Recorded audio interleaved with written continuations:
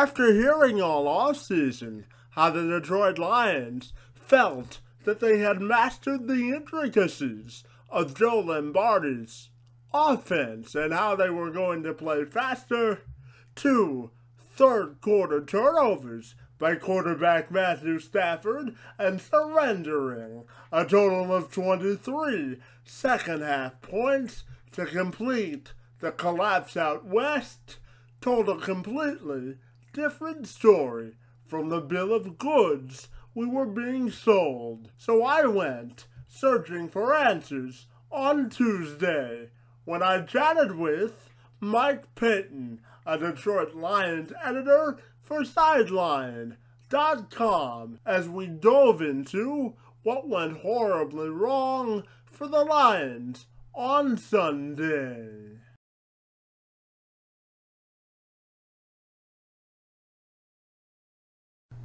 So, Mike, it's good to be with you again on the Tremendous Advantage podcast on this Tuesday as we dive into what happened in the second half of that meltdown by the Lions.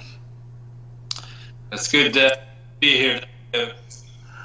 So, first and foremost, Mike, what happened in the second half of the Lions? They were gangbusters in the first half, getting out to a 21-10 lead, and then I guess they decided to stop playing in half number 2. Well, it was a total collapse. It was. I think the biggest thing is early on defensively they were able to rotate players in and out and kind of keep everybody fresh and also combat the heat. And San Diego, as soon as they started going no huddle, Detroit had no answer for that. And you could see that all day that they were missing some guys in the middle there with Levy, and Whitehead was sitting, which was kind of confusing. But they were just attacking the middle of the Lions defense all day long in the second half, and they just couldn't do anything about it. And on offense, if you can't get down the field, if you can't score points, you just can't win in this league. It's as simple as that. Now, when we look at Stafford, obviously he had the 2 ill-advised interceptions, and he sort of lost his way in the second half of that game after coming out strong. And hell, Eric Ebron even got a touchdown. So, but when we look at Stafford himself, what happened to him in the second half? I mean, they were moving up and down the field. It didn't seem like it was anything San Diego was doing other than the Lions sort of getting out of their own way on offense in the second half. I think that missing Warford and Waddle on the line really put a lot of pressure on Matthew Stafford, and he was forced into a lot of throws. He got sacked a lot more than I think most Lions fans were hoping for. On that first interception, it was your classic run-of-the-mill freak occurrence Matthew Stafford interception. It's bouncing off people and flying through the air, and those are the ones that always seem to hurt him. On his second interception, I really just cannot see what he was doing there. I think Golden Tate was running the right route, but I think Stafford thought he was doing something else and wound up just playing catch with a San Diego corner. You just got to play better than that. They need to come out and establish better protection for Matthew Stafford, and he needs to better understand where he's going with the ball. Last year he showed a lot better decision making, and I really didn't see that come through in the second half of week 1. And I'm not sure if that had anything to do with his arm getting hurt in the second half on that first interception where he just got the helmet right to the elbow, had quite a bruise there. I'm not sure if that had anything to do with that, but you could definitely tell that he was definitely off after that happened for the next couple of series. Now, what do you think is the biggest adjustment that they need to make? Maybe the top 3 adjustments they need to make moving forward in Minnesota. Well, just to start off, we got to go back to the offense. They've got to all summer they talked about how they understood the new offense under Joe Lombardi and how they were just play faster. Yeah, absolutely. Right, and how they were just going to iron out the few basics, and they had it ready to go. And I think on Sunday you saw that maybe there's a little bit more to learn about this offense, and I think Joe Lombardi definitely needs to take a look at what he did on Sunday and change things up, because you can't target Calvin Johnson 4 times and expect to win. As a matter of fact, I mean, when you have Calvin Johnson and Golden Tate compiling 63 yards together, if I would have told you that on Saturday, you probably would have told me that they were going to lose on Sunday. You just can't do that. You've got to get your best playmakers into the offense. You've got to use these guys more. Defensively, they're going to have to work on getting together. I know that Jones and Nada weren't with the Lions in the preseason. They're a little bit rusty, and you could definitely see that on Sunday. But they're going to need to figure out what they're doing and get Whitehead back on the lineup in the middle of the field, because DeAndre Levy is most likely not going to play this week, just like he did last week. At this point, I think it's a big surprise if he does. And yeah, defensively, they've got to get it together. It was nice to see Nada getting double teamed, but it was not nice to see them not take advantage of those double teams. Yeah, I mean, Nada got double teamed throughout the duration of the game, but they didn't take advantage of any of the singles they had. I mean, they, like you said earlier, I know that Glover Quinn had the pick 6, sacked Phillip Rivers a couple of times in the first half, but after halftime, the offense didn't do the defense any favors, but it seemed like, and even Caldwell said this during his post-game press conference, that the defensive coverages broke down. So I guess my next question to you is, what do you think, or what was your biggest takeaway from what Caldwell had to say after the game versus what he said during the press conference when he looked at the film? Oh, I think with Caldwell, the one thing to take away with him out of that is that, this is a week 1 game. There's a lot of football left to be played. I think one of the quotes that he made, and I'm not going verbatim here, he basically said, sometimes you think you're really good, and that's when you wind up being really bad. The Lions need to kind of get back to where they were last year with their culture, and they need to rebound big off this loss and take this loss and learn from it and figure out how they can avoid doing this again, because they're not going to go back to the playoffs if they're letting the team score 30 unanswered points on them. I trust in Caldwell still. I think most Lions fans should. He definitely has an idea of what he's doing there. I think the big problem is Joe Lombardi. I hate to say it, but You're not a huge fan of his, huh? Well, I like what the scheme that he brings to the table, but I don't think that he's the right guy to be controlling this offense at the moment.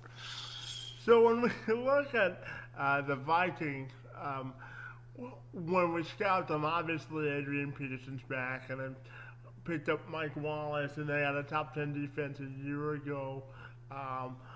What concerns you most about going into the game against Minnesota, and do you think the Lions have a chance to get off the snide Sunday at Minnesota? Well, I think the one thing that should concern anyone is that this could be a trap game. I think most of us watched last night's game and made our decisions that, okay, the Lions are going to just dominate the Vikings, but that's exactly what happens to a team when they think they're going to dominate. They go in and they lose that game. I think what the Lions are going to have to focus on is making sure their defensive line can stop Jerick McKinnon and Adrian Peterson. I know Peterson didn't have a very good game back, shake off some rust, but I think that when anytime he's on the field, you got to make sure that you're protecting your field against him. And Bridgewater, didn't play very well last night. No, he really didn't. It was actually a lot worse than I thought it was going to be. And Minnesota was everybody's favorite team during the offseason. And I cautioned so many people that, we just don't know who this Minnesota Vikings team is yet. And it's just crazy to throw them in there and say that they're a top 10 team and a playoff team. And I think last night you saw kind of a semblance of what Minnesota is really going to be this year. Should still be a tough game because Minnesota's defense, it's not half bad, but if they can't protect against the run like they did last night, then Amir Abdullah is going to eat on Sunday. Speaking of Amir Abdullah, he did have a very good start anyway to that game. What do you think? What are some bright spots you think the Lions can take away from San Diego into Minnesota going into the game on Sunday? Is it the improved running game, or what do you think? Well, yeah, I think you definitely have to look at the improved running game for a team that hasn't ranked above 17 since Barry Sanders' retirement. They definitely needed to see what they saw on Sunday out of their run game. Joik Bell, he only had 16 yards. I was hoping to see a little bit more out of him. But Abdullah he just jumped right off the stat sheet. He had 94 total yards and a touchdown, 7.1 yards per carry. Exactly what you're looking for out of a guy like him. And if he can continue to be that type of running back, then the Lions could be in very good shape and have a nice balanced offense. Of course, if they start targeting guys named Calvin Johnson or Golden Tate. It'd be nice, wouldn't it? It certainly would, considering these are Pro Bowl guys. You just can't miss them. I think the other thing is Ebron. While he didn't do a whole lot, he had 4 receptions for 53 yards and a touchdown. I think that right there is kind of showing you a tiny bit of improvement that he's made over the offseason.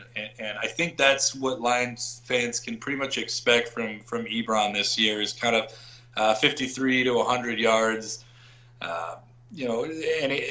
Anything in there is probably what he's going to be doing from game to game. I wouldn't expect anything Pro Bowl-like out of him, but, stranger things have happened. Were you surprised at all that I think Zenner only carried the ball once or twice in that game? Were you surprised at all the Lions used Zach Zenner more in that game against San Diego? And how did you forecast his role moving forward? Actually, I was surprised that they used him at all. I thought that he was going to be kind of stashed on the 53-man roster. They were going to kind of hold on to him until maybe next year when they were going to maybe feature him a little bit more with Joik Bell kind of getting up there in age. I was thinking back to George Wynn last year. He was kind of the fan favorite, made the 53-man roster late in the preseason, but barely did anything in the regular season. I think he rushed for about 200 yards at the most. That's what I was expecting for Zenner this year, but it appears that they are planning on using him more often. I think what you saw on Sunday was the Lions were up 21-3, and they threw Zenner in there, and I think that they were feeling a little bit too comfortable at the moment, so they decided to go ahead and let's try the rookie in a regular season game and see what he does. I still don't expect to see Zenner much going forward.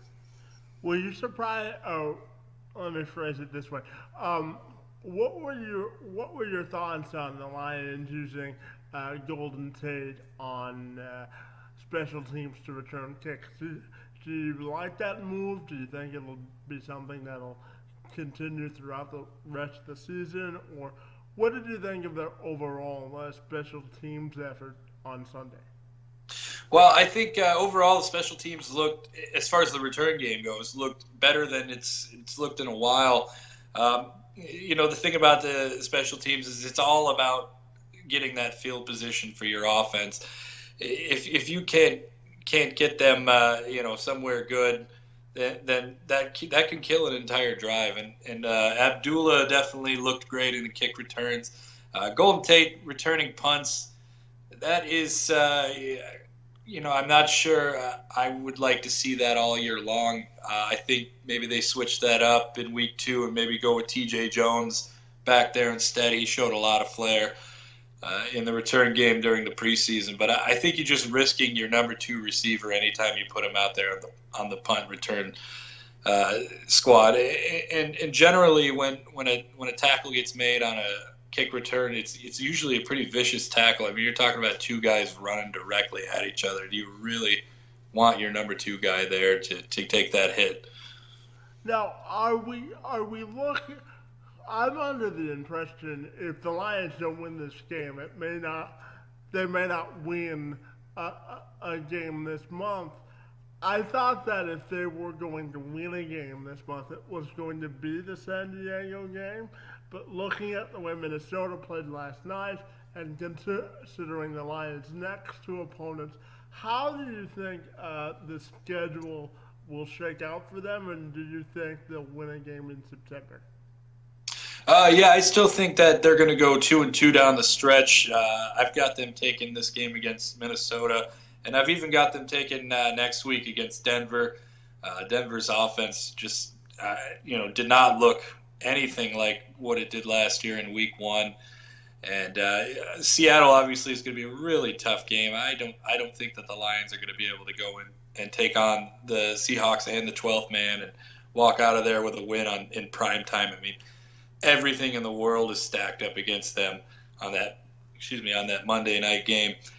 I think most people expected them to win that game against the Chargers, but you can't be too surprised. It's very hard to win on the road. In fact, 5 2014 playoff teams lost on the road in week 1, and that just kind of shows you how hard it is to win on the road. Plus, if you look at Fox Sports power rankings, 6 of their top 10 teams lost in week 1. It was just a really strange week for a lot of teams. It certainly was. The Lions are included in that bunch for sure. One of the questions I had for you, sort of off the beaten path, was we've seen a lot of injuries going during the early part of the season.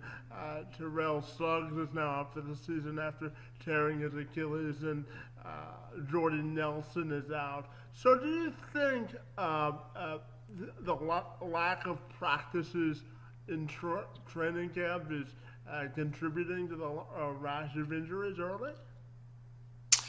Well, it is kind of strange, and I think you've seen it last year too. During the beginning of the season, a lot of people were going down with injuries. It seems like somebody was tearing their ACL every other week. For me, I think that it all centers back to shortening the preseason. There's no reason to have 4 preseason games. You can get everything that you need out of 2 and keep guys like Jordy Nelson and Terrell Suggs obviously got injured week 1, but keep guys like Jordy Nelson on the field. The NFL is probably losing money when a star player goes down. I mean, kind of makes you want to turn off the TV. If Calvin Johnson got injured this year, I mean, do you really want to? You'll still watch, obviously, but it's not going to be as fun as it would if Calvin was there. They've really got to shorten up the preseason, and these injuries they're just piling up. It's kind of, but it also makes things a lot more interesting on the other hand, because losing a guy like Jordy Nelson, that could mean the Packers don't win the NFC North. I still think they do, but it makes things a lot more interesting when a star player goes down, and maybe a team that was below that number 1 team can kind of squeak in and win the division. And Mike, how concerned should the Lions be with the injury to people like DeAndre Levy? You mentioned the offensive line earlier. Certainly that they weren't playing with a full deck on Sunday. It's not an excuse, but injuries are a part of the game. So how concerned should the Lions be, particularly with the Levy injury and the injuries along their offensive line? Well, yeah, they should be definitely concerned about Levy. The good news is Dave Burkett reported last week that Levy's not going to be needing any surgery, and there's a good chance that he could be back in week 2 or week 3 even. I look at the Friday designation list and I see, Karan Reed and Larry Warford as out. I see Levy as doubtful. And that actually gave me a little bit of encouragement as far as Levy's status. I think that he may be back sooner rather than later. If they can get him in week 2, that would be perfect. As far as the offensive line, you kind of saw how the Lions need Warford and they need Waddle to come back last Sunday. The offensive line looked pretty good early. They were blocking the run quite well. I think Lake and Tomlinson looked good in that respect. But as far as pass blocking, they just needed some help, and Warford and Waddle can really shore that up if they can get back in the game soon. But those high ankle sprains are tricky. You really don't know how long that it takes to heal up from those. They're just, everyone's different. And just as a side note, we also all saw that Reggie Bush got hurt again last night and strained his calf muscle. So it looked like the Lions dodged a bullet there as well too. Yeah, you got to feel for the guy. He's a good guy. He just can't stay healthy, and it's really hurting his career. It's most likely going to shorten it. San Francisco. You saw Carlos Hyde last night. Yeah, he played well. He played well. The injuries will certainly shorten his career. This will probably be his last team too, I would think. I would imagine. Yeah, there's really not much left for him. And finally, Mike, brass tacks it for me. Do you think, you said the Lions, you think they'll win on Sunday, but what do you think will be the keys to Sunday's game in Minnesota? Well, it's all about the trenches on Sunday. Offensive lines are both going to have to block for their quarterbacks. You saw last night Teddy Bridgewater was getting sacked, a lot. He got sacked, I believe, 5 times last night. And if the Vikings can't protect against the Detroit Lions defensive line, then the Lions should be able to go in there and get an easy win. And then conversely, if the Lions offensive line is able to give the Amir Abdullah kind of the blocking that San Francisco gave Carlos Hyde, then, like I said, Abdullah's going to eat on Sunday. All righty, Mike, we want to thank you for your time this afternoon and previewing the upcoming game with the Vikings and recapping what went wrong in the second half for the Lions in San Diego. And hopefully they'll play 60 minutes of football on Sunday instead of 30. Yeah, that would be nice. All right, Mike, thanks for your time, and we'll chat next week when the Lions battle Minnesota. Sounds good. Thanks, Kevin. Have a good day. You too.